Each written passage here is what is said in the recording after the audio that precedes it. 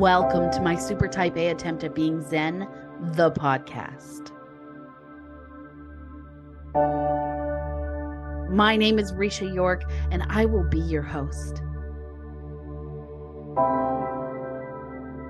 If you are overworked, overtired, overstretched, overwhelmed, and just over it, you are in the right place.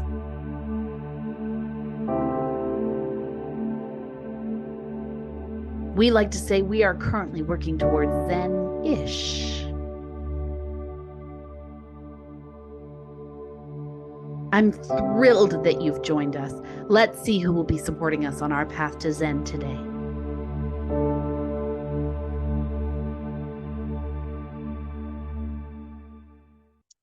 Hello, and welcome back to my super type A attempt at being Zen. My guest today is Linda Goodall, and I'm going to give her a chance to introduce herself and what she does. Welcome, Linda. Thanks. Well, my name is Linda Goodall. What I do, so I am actually the executive director of the Lighthouse, which is an emergency shelter and supportive housing. My other part of my life is I'm a mom. I have three grown kids now, 19, 22, and 24. And of course, I'm with my husband, and we have 2 cats and a dog. Full house. How's that?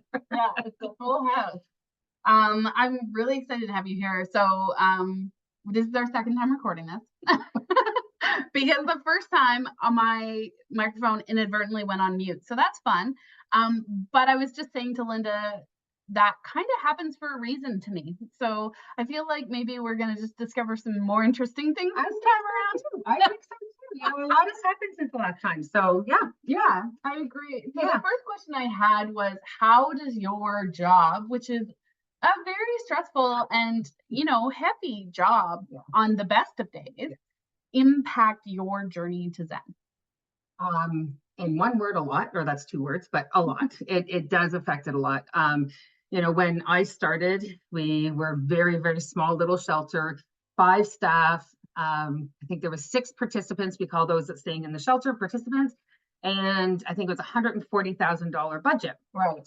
Fast forward 9 years, and we now have, I think, 83 staff. In overnight, when we have our supportive housing, our shelter, and our warming center going, we can shelter up to 150 people, as well as having outreach that's on the streets helping. And it's a $4.3 million budget. So we work with those individuals that are experiencing homelessness. Not all, but many have mental health and addiction issues. So we see the mental health issues on a daily basis. I myself have never experienced homelessness. I'm thankful for that. I have a wonderful family, and so that has been good. I was about 8 years ago, I was formed a Form 1 into C6 is what it's called here in Orillia, which is a psychiatric unit. And I didn't want to go because I thought, I'm going to see a participant that is staying at the Lighthouse, because often they would go there. Yeah. Enough, I went upstairs, and sure enough, this gentleman comes up to me and he says, "Linda, right, the boss?" And I just said, "I'm human. Yeah, I'm human." And we went around and we walked and walked. That's what you do up there for a long time, and talked. And our journeys were so different, and yet the mental health was similar. If that makes sense. So I left the hospital stay, with multiple medications, but I also have benefits. So I was able to get into Homewood Healthcare Center, which is in Guelph, and which is like about $30,000 to go to. Right. And I have my psychiatrist, and I have this, and I have my family, all of that. This gentleman went back to the Lighthouse because he didn't have anywhere else to go. And those individuals find it really difficult to be able to keep up with their medication. Sure. And especially without the support. So I don't know what happened to him specifically, but certainly have seen others on their journey on the way through. So that really impacted me from my job point of view as well. Sure. I mean, it's a reminder of your privilege, right? It's like, whoa, okay. I mean, I'm set up to be successful in this space. And then you start to kind of go down that rabbit hole of like, well, why me? Oh, absolutely. Especially when you're ill like that, Yeah. right? And so for sure, and I'm thinking like, no, he was abused as a kid and he didn't have the family and he didn't. And I'm like, but I do, and I have this, and I have a great workplace that's supporting me. I have this. And so then you feel guilty. But I also wanted to make sure that I didn't go down that rabbit hole Of too far, course. because I am privileged and I'm fortunate to be able to have that in my life. So then how can I help others Yeah. that don't? Yeah. Hence, I'm working where I do. Yeah. Well, and I think that's a good perspective to have too, because we don't choose our privilege either, Nope, right? we don't. So guilting ourselves over it and dragging ourselves through the mud when this is what you're born into, it's not exactly. really fair to No. us either. Nope. So taking those moments though and recognizing that, but because I have this privilege, Yes. I have an opportunity to advocate for those who don't, or illuminate situations that don't cater to people who don't have this privilege, or at least, at the very least, be extremely grateful.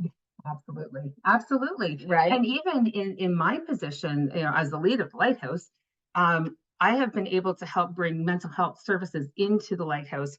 We're working on different ways that we can have somebody on staff. We have a medical clinic. And so in the position that I'm in, when I'm healthy, I've been able to help with those. So I know it's impacting people. And so Yeah. I'm grateful for that. I'm grateful that I've been given that opportunity. Right. Yeah. So I do keep that in, front of mind. At our work, even my office is like way into the shelter and at the back. I still have to walk through everybody, and I say Yeah. hello to those that I know. But you can see the heartache and you can see the troubles, and Yeah. and then even in my office out the window, that sometimes there's overdoses, sometimes there's, and those affect you. Talking about how my Oh, of course. how my job impacts my then. Yeah. It does. Yeah. However, the way that I sleep well at night is I know that myself and our team Yeah. are doing as much as we possibly can Yeah. to help as many people. And would you consider yourself an empath? Yeah. Yeah. So this is Definitely. struggle, right? It is. It's It like really, really is. so many empaths go into social work, Yeah. social justice work, therapy, healthcare, caretaking, Yeah. because it's who we are as human beings. We want to help. We want to help. Yeah. But also there's that like level of you sponge all of those feelings and all of that trauma and all of that, and you're feeling it and you see it and you feel for people, and it's easy for you to feel their feelings. Absolutely. Right? Absolutely. Which can take a toll. It sure can. Yeah. It sure can. And it has, Yeah. I mean, I've been off twice for work with mental health. I was finally diagnosed with bipolar and anxiety. Once I got the right diagnosis, late 40s, finally get the diagnosis I need. How it's been going, yeah. Right. I'm level, which is great, right? And I'm still on medication. I will probably be on medication for the rest of my life. One thing that changed from the last time we talked is that I was kind of burning out. Yeah. Because my job was so much and I felt responsible. I am responsible for so much. And so my mental health was okay, but I was so tired. I wasn't doing anything. I was working, going home. My husband would like he would cook and he would do this and I would lie there and watch Netflix. I could do nothing. So finally I went to my board and I said, I'm tired. Yeah. And because I was tired, but my mental health wasn't too bad, I was able to do that. That was the first time that I really was able to do that. I was scared that if I didn't say anything, my mental health would go, and then it could lead to death. And it sounds dramatic, but I've been there. Yeah. And I know others have been there. Yeah. So being able to, here I am in my 50s and I'm like leading this multi-million-dollar organization. And I'm like, I stood up for myself. Yeah. And it's taken a long time to do that, to know that my worth isn't of the value of what I do, of the job. Yeah, exactly. Like you don't define yourself by the job. Right. And that's so important. I think that's a lesson that as we get older, we learn. I mean, I was lucky enough to learn this in my early 30s, working for a place where I was running a million miles a minute. And I also stood up for myself and advocated and said, this is too much for one person. But I wasn't heard. So I was like, well, I'm out. Yeah. And they were like, what? Because most people don't. Nope. Most people take it. They take it and take it and take it until they burn out or there's mental health repercussions. And I think one of the benefits of the direction we're headed around mental health education and support these days and awareness is that we're a lot more aware, especially since 2020, of like, oh, I've hit your limit. Well, and if you want to bring it down to literally like the bottom line and money, how much will it cost me to replace this human being?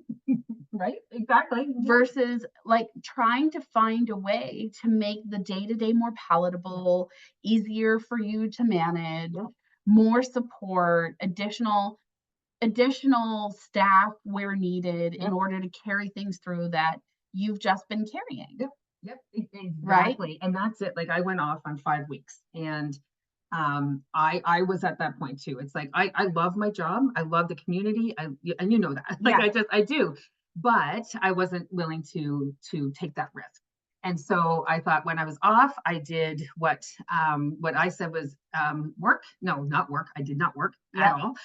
My assistant actually changed my password on my email. That was the best thing ever. Best thing. But I walked and I read and I prayed. Right. So every day, just, some meditation and things like that, and reading and walking every day. And so I thought, okay, I'm going to do that when I go back. And then, of course, I go back and then you just jump right in. And I'm like, whoa. Also, I'm like, I can't go back to the way it was. Right. And so we have looked at ways to actually split my job. Like it's that big that Well, of course, and over the course of like a decade, basically. Exactly. You've gone from, sure, my ED job is this. Yeah. But like maybe we need an executive director assistant. Maybe we need like a vice president of fill in the blank here. Exactly. Because once you're talking about a multi-million-dollar organization, you're also talking about a lot more responsibility, a lot more headcount, a lot more time to think about where you're headed that's needed. Yes. Right. Exactly. And you're not going to get that if you're at the helm of like, you're just not. Right. And I was willing, like you, I was willing to leave if I needed to, because I also felt that I wasn't doing the job that I could do because I was just so tired. Right. So thankfully I didn't have to leave and I'm still there and the job is changing. So that I'm awesome. Yeah. And you know what? Good on the board for having their act together to make that happen. Because I've seen not only from a, participant or employee position, but I've seen from a business coach perspective in organizations where they're like, well, we just need them to do all these things. And I'm like, what you're missing is that nonprofits, because nonprofits. you don't make as much, right? Like because you just don't have as much and you need to do that much more. So there is an expectation there that and it's tough in a not-for-profit sector because the budget is finite. Right. Like, and it's not, you're going to not magically come up with all this extra money. Right. But that being said, no one can be creative and innovative without time and space. The white space is what I call it. Yeah.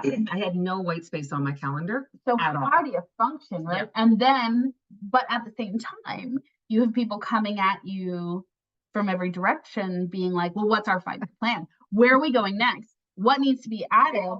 Right. And you're like, well, if I could get through the day without having to schedule a pee break, we could maybe have that conversation. Exactly. But at the moment, like, no, nothing. Right. Yeah. And so there's a difference in any organization between keeping lights on. And building a business or a charity or whatever it might be. Right. Sure. And there's so many supporters for the Lighthouse in our community. It's not for lack of support. It's literally man hours. Yes, exactly. And so I'm looking forward because I think the last time I was here, November, maybe. My calendar was full, literally full, like until I went on leave. And it was like, I don't even know yet what I'm doing with that white space because I don't remember how to think freely like that because it's been so onslaught all the time. So I totally get that. I've been trying, in my journey to Zen, to block off quiet time, not just for meditation, but for really value freedom. Right. So I really value the freedom to Yeah. choose what I want to do and how I want to do it. Mhm. So I love having like an hour to 2 hours at least every couple days where I can literally be, this is my anything time. So if that means going and sitting in my garden, if that means laying in my hammock and doing some schoolwork or reading or whatever, if that means watching dumb TV, That's okay. like right? whatever Like, that okay. is, Yeah. that's my free time. And Yeah. sometimes it's baking cookies, and sometimes it's going into town and buying something or Cookies. you know what I mean? Like whatever it might be, but Yeah. allowing myself to have that freedom of choice, because I think that's another reason why mental health can be impacted is when you kind of paint yourself into the corner. Yeah. And then you start to feel that panic of like, oh my God, I have no choice. I have no time. I have no choice. And no energy left to do anything for yourself. And I'm done. Yeah. Right. I mean, right now, like I have 2 kids under 8 and I'm going to school full time and I'm running a business. But when 8 o'clock hits, I mean, I could be reading for school, but I don't. No. My brain doesn't function at that point. So I've chosen 8:30 as my do whatever you need to do, fold some laundry and watch a movie, you know, like whatever it is. But trying to find those moments where it's like, this is me, this is my time. Yeah. It's not mom time. It's not wife time. Yeah. It's not daughter time. It's not, it's not friend time. It's your time. Yeah. And also like knowing what fuels me, refills my bucket, right? What's restorative. I read something the other day, and have you seen the thing, the opposite of a trigger? Yeah. The glimmer. Yeah, the glimmer. The glimmer. So cute. And it is so cute. And what I'm doing now is I go for a walk before I go home after work. Because after work, I go for a walk, then I go home. Because I found as soon as I go home and, making dinner or whatever, my husband does a lot of the cooking, thankfully. Yeah. But I don't want to go out again.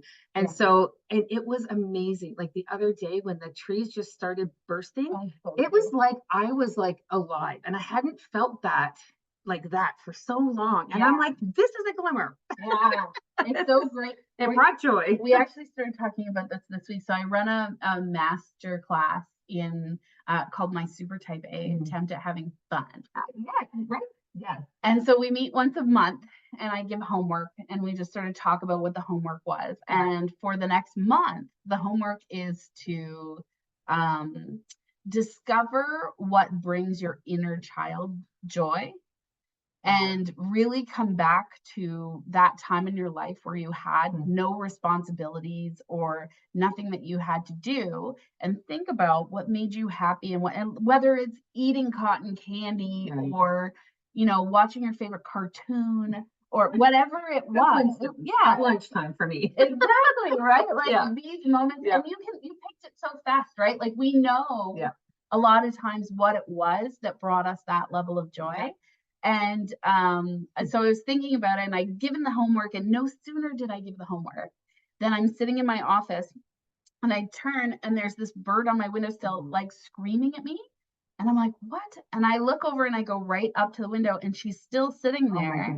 She was so beautiful. And she was just literally like dancing and trying to get my attention and full of beans.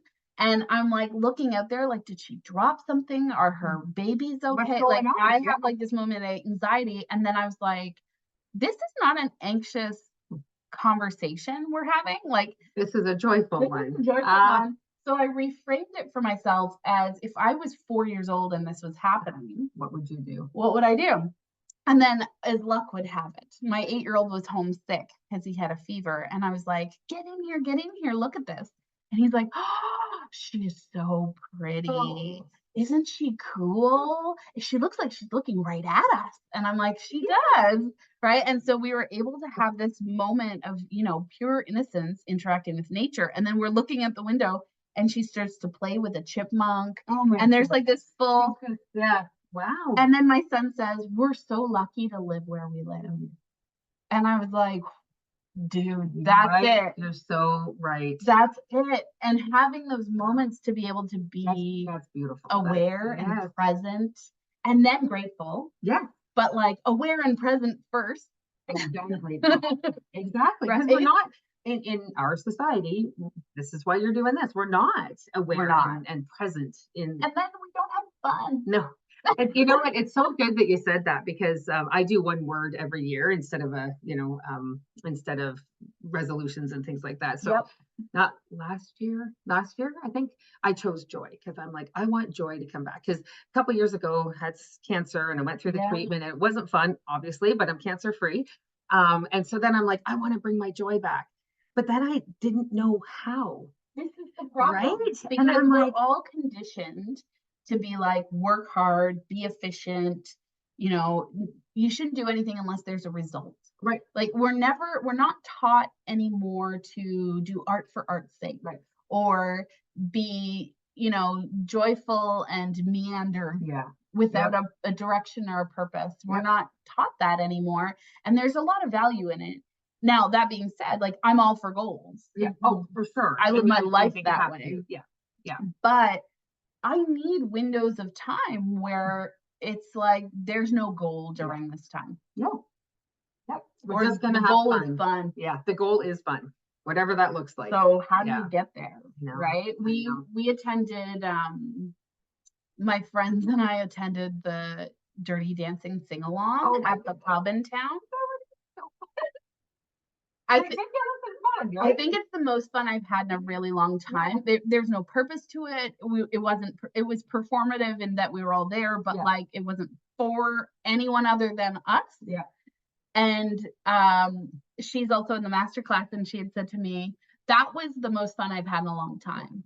And I was like, me too. I love to sing. Yeah. So knowing that, I've been trying to bring more singing into my life every day, and be like, sing in the shower and sing as I walk around the house, and which your family loves. Yeah. Like, maybe. Yeah, I'm sure. Well, my boys jump in sometimes. Yes, of course. But yeah, like it's nice to be cognizant of those things that bring us joy, that light us up. And you'll look for those again, right? You'll be like, hey, let's try this one now. And it's a practice. Because it's right? Yep, for sure. It's a practice. For sure. If we don't commit to it, it doesn't happen. No. Because there's so many responsibilities once you're an adult, quote unquote. That's true. I use quotes because, I feel like I was always an adult from the time I was tiny.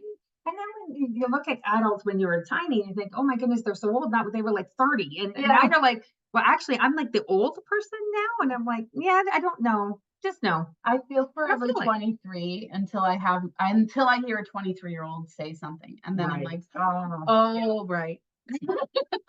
Yep, exactly. Put you in your place. Yeah. I didn't even mean to. Yeah, it's so good.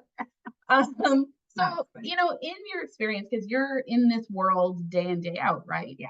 Where are the gaps in mental health support, in your opinion? Like, where are we seeing a lack? Like everywhere. Yeah. Unfortunately. Yeah. I mean, one of the things, like my 3 kids have had struggles themselves with different things. And I remember once when one was 18, we went to the hospital because she was feeling like she was going to harm herself. And so we go to the hospital, and then we're waiting and we're waiting and we're waiting. And I'm like, hello, my daughter's over here doing one of these things. And then it was just after 11, and I went back in, and I'm like, is somebody the crisis worker was gonna come? Oh, I'm sorry, she's gone home. They finished at 11. And at that moment, I was like, what? Like, your crisis workers work from 8 a.m. until 11 p.m. But overnight, there's no one. So they sent us home, and they said, if you feel like she needs more support, then bring her back. And I said, why? She'll come, and I'll have her in bed with me tonight, so I know she's safe. So one of those things is the big gap there. Like, I know I have lots of friends who are emerged doctors and things like that, and they are overrun, and I get that.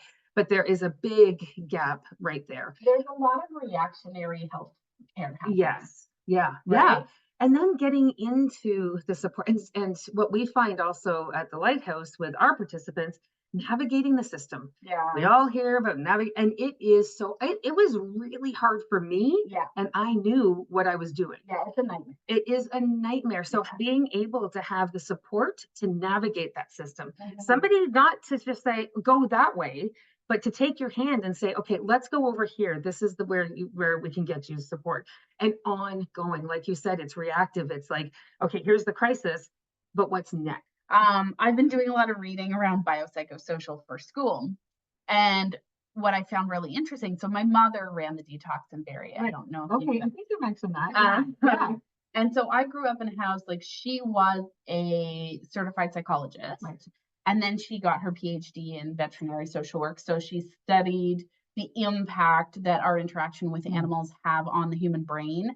So and cool. Like all of the is so cool. Yeah, it's so cool. So, you know, I grew up in a household where we had a lot of these biopsychosocial conversations, and I completely took them for granted because I grew up in that house, right? Now, you know, as I navigate the adult world, and I've had a lot of health issues. I had a double pulmonary embolism. I've almost died a couple times. There's been some interesting things. I've had 2 C-sections, sinus surgery, like all kinds of stuff. And in every single situation, they are always treating symptoms and not me as a biopsychosocial human.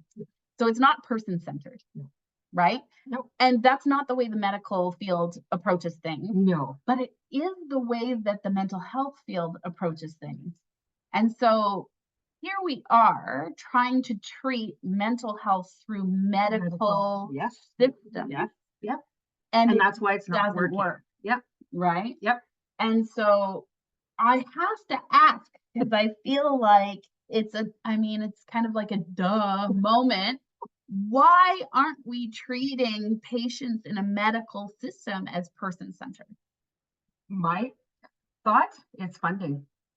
A lot of times it just comes down, unfortunately, it comes down to money, right? Who is going to fund what? Yeah. Right? So you have the Ministry of Health that funds the medical system. And now they're starting, like they are starting. Like it's, you know, I don't want to sound like there's nothing going on because there's a lot of people working really hard on that system. But a lot of it comes down to like, who's going to pay those mental health clinicians? Who's going to pay? And we would all love to do it for free. Yeah, of course. Yeah. Right. But we can't because we have families, we have lives, we have, you know. So I think that's where a lot of it comes down to. Well, New Brunswick has now, they've got the ball rolling where your psychotherapy will be covered by their provincial healthcare system. And there's the funding part that they're seeing that is amazing. Yeah. Amazing. I think it would be really beneficial if we could do that here too. Yeah. Now I recognize that New Brunswick is a fraction of the size of Ontario, but like I feel like this is where our tax dollars are best spent. I was just gonna say, like they're a fraction of the size, but we have that many more people that we're paying taxes into the system. This is it. And when I think about that, I also think about how much of the healthcare system is bloated in administration or full of things that we think we need that we don't actually need when we move to a person-centered kind of space. Because that would free up so much. Yes. Right? Yes. Because we're blanket being like, well, we'll send you for an MRI. But like the MRI is not going to solve this problem if you were looking at me as a person-centered client. And it takes so much longer being person-centered, right? It's not the in and out, here's the medication, go on your way, come back in 3 months. Yeah. It is, you have to go every week. You have to get to the root of the problem of where, you know, your symptoms of depression or whatever come from. So that it takes time. And it takes commitment. And it takes a team. And it takes a team. Yes. Right? Yes. I mean, I can't just go to my, God forbid, like my poor, you know, practitioner, like GP. She's not going to know the answers to everything. That's not going to happen. No, that's too much to demand of one person. However, if she had a team within her clinic where it was like, well, I handle the medical side, this person handles the therapy side, and this person handles like a counseling side, and then we also have a nurse practitioner. And so like you've got this group of people, a team that is surrounding you. Right. We noticed when we first started having, we had paramedics come in during COVID to come in to care for our participants. They noticed that I think 75% of the people that were coming were mental health. So we ended up getting CMHA at the time, Canadian Mental Health Association, to come in to support because it wasn't all physical. Imagine. So, you know, it's seeing, and so the funding for the paramedics continued. And the CMHA, you know, again, funding, and I hate that because I don't want anything to be limited because of funding, but it is. And it is, yeah. But it is. So, yeah. But that is a great case study for, hey, this happened. Yeah. And our reaction was to bring paramedics in, Yeah. and then to work with CAMH to get what we actually probably needed all along. Exactly. Right. Yes. But there has to be some kind of inciting Yeah. incident for someone to react. Yeah. So we're in this reactionary space where we're really just not covered by funding, and we're not covered by the things that we need, and at every level. And all of that, because this is the housing part of me. So detox, right? People say, well, why doesn't everybody who's have addiction just go to detox? And I'm like, okay, so let's say they're in the shelter and their addiction comes from mental health. Yeah. Right. So they're feeding their mental health because that's the only way that they know how to cope. They go off to detox. They come back to the Lighthouse. What do you think is going to happen? Yeah. They need somewhere like a halfway house. They need a safe place to live with that team support, because that is the only way that they're, you know, like it's the housing first model, we call it, because we get people into housing first before we work through their full issues of mental health. We help with the crisis of mental health, but the full issues of mental health and addictions, you want to make sure that they get into housing to be able to have that safe place. Like it's So there's so many parts. Like I'm thankful I have a house. It all affects each other, right? It and does. Like that's the whole concept of biopsychosocial. And it's so funny because so we were talking about this in class, and I've been thinking about it a lot these days, reading a lot about it. And I think like just because of how I was raised, it's always been part of what I was considering. Right. But I don't think I considered the bio nearly as much as I did the psychosocial. Interesting, eh? Right? And so I was like, so, you know, some kind of physical trauma can then lend to, and of course it can, of course it can, right? Yes. And I think I will think about that physical trauma and be like, well, it doesn't exist anymore, but there was a psychological impact. And then that psychological impact. It's a thing that keeps on going over and over and over. Right. Yeah. And you've got to heal that. Like the physical is probably healed physically. Probably, yeah. But the other part isn't. Like, and this is it. And so I think we discount it all the time. Yeah. And we think, oh, well, what's the issue? Do you need to go to therapy, or do you need to see a medical doctor? Yeah. Or how about both? How about both? Right? Yeah. And then from a social aspect, like to your point, if I don't have a place to land that's safe, if I don't have a support group of people around me, if I don't feel like anybody gives a shit, you're never going to get how can you have the expectation to heal? It's just not possible, right? Yeah. And it's funny because I think throughout my life, you know, you've heard people say, well, if they don't want it, it'll never happen. And this happens a lot in social work. Like, I think it's really important to note, like, it's easy to get jaded when you work in social work because there's a lot of people who don't want to get better, and they're going to repeat these patterns of behavior over and over. And you get angry as someone who's trying to help, right? You're like, why aren't you listening? Right?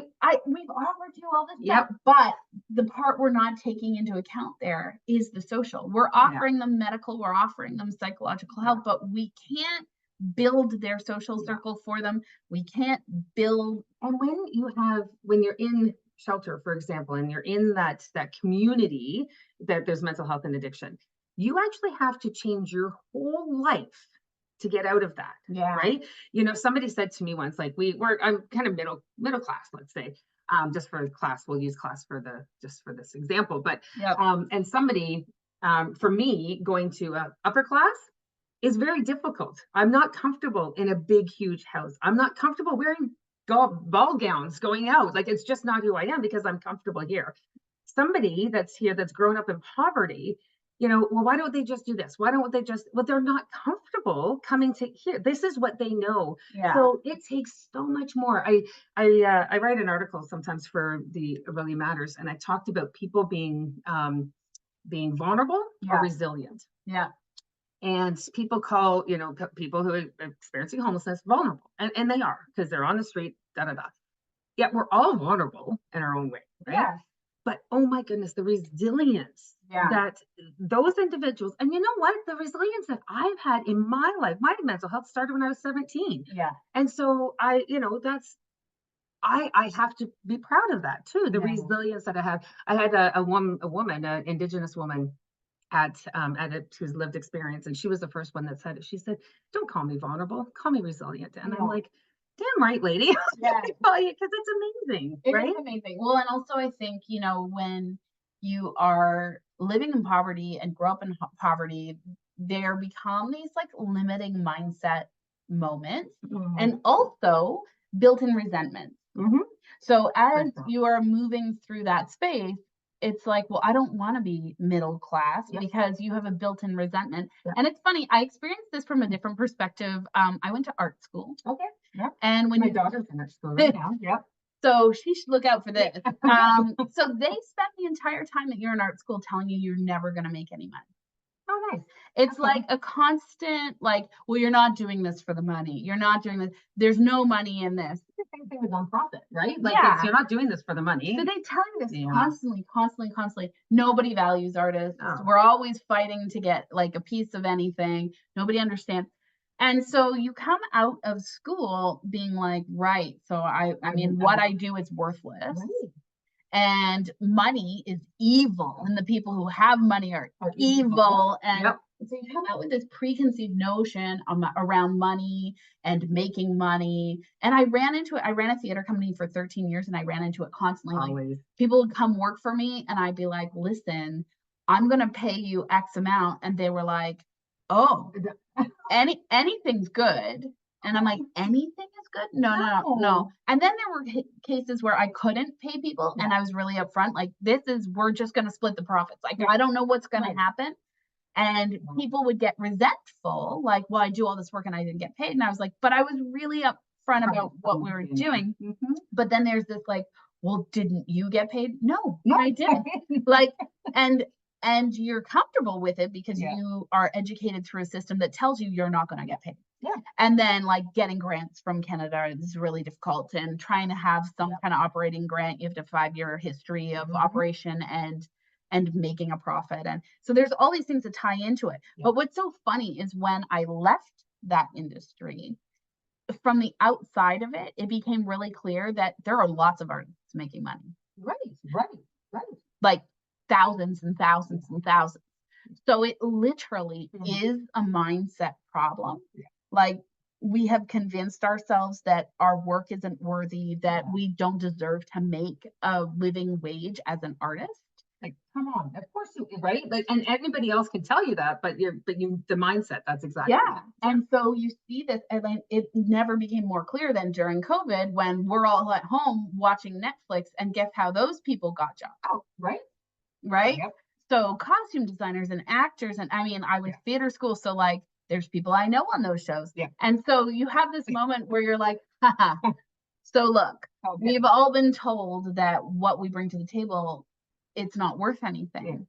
And now people are clamoring for any piece of it for their own peace of mind. Exactly. Right.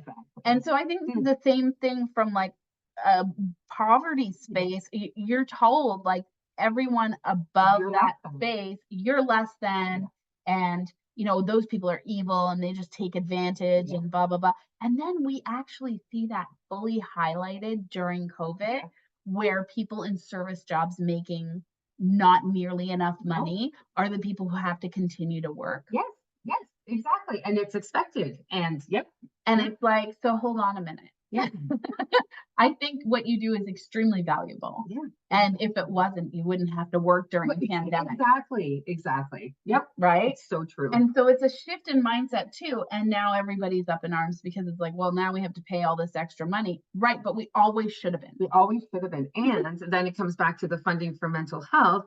If we're actually getting paid a living wage and we have benefits, we actually have that privilege, or we are fortunate enough to be able to get extra support that we need. Because if we're making $15 an hour and you have 3 kids at home and you have this, and you're suffering from bipolar or any other mental health disease, then how do you even get forward? You can't.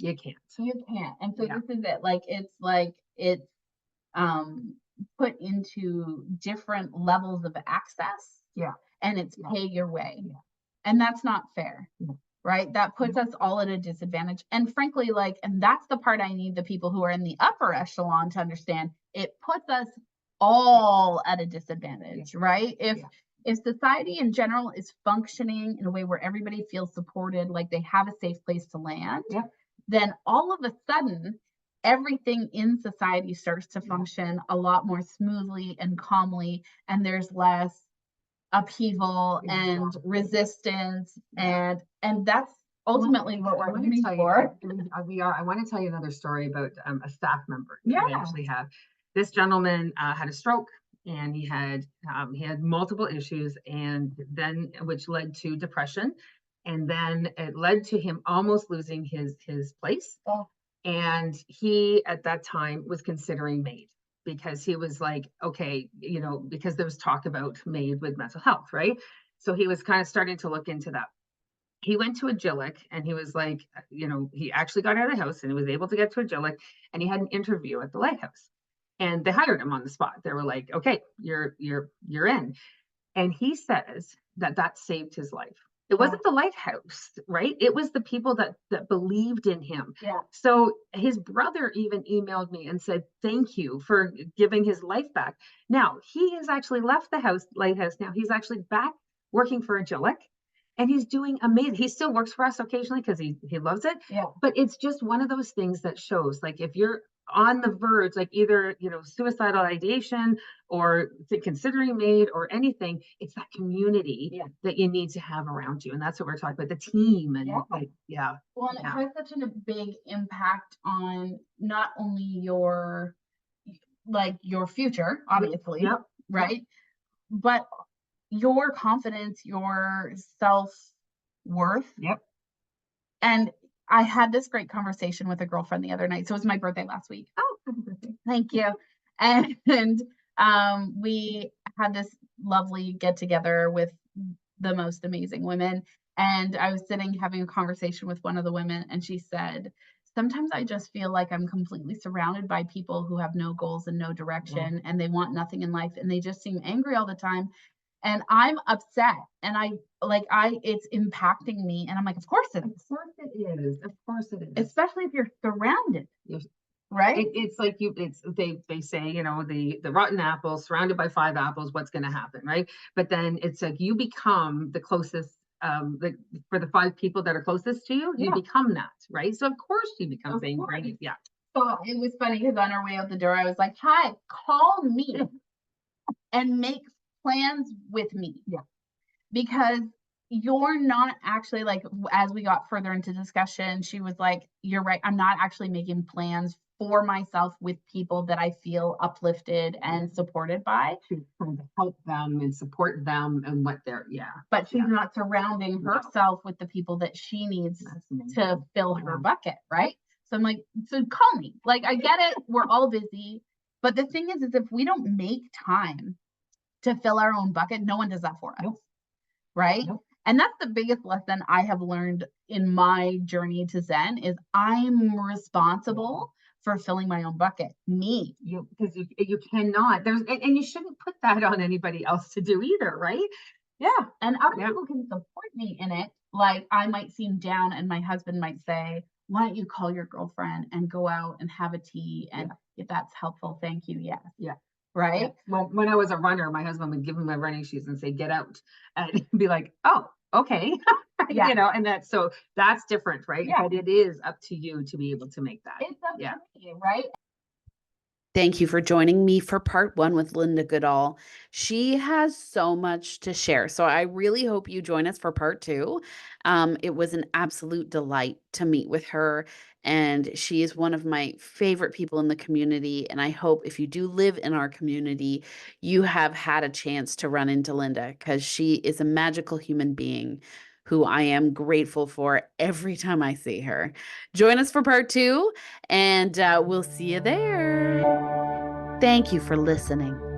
Like and subscribe to our channel wherever you listen to podcasts.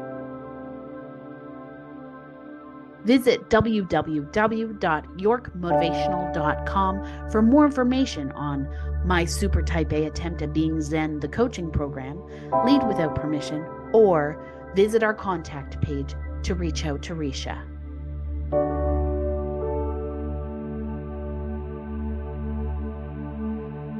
Wishing you all continued balance and fulfillment on your road to Zen.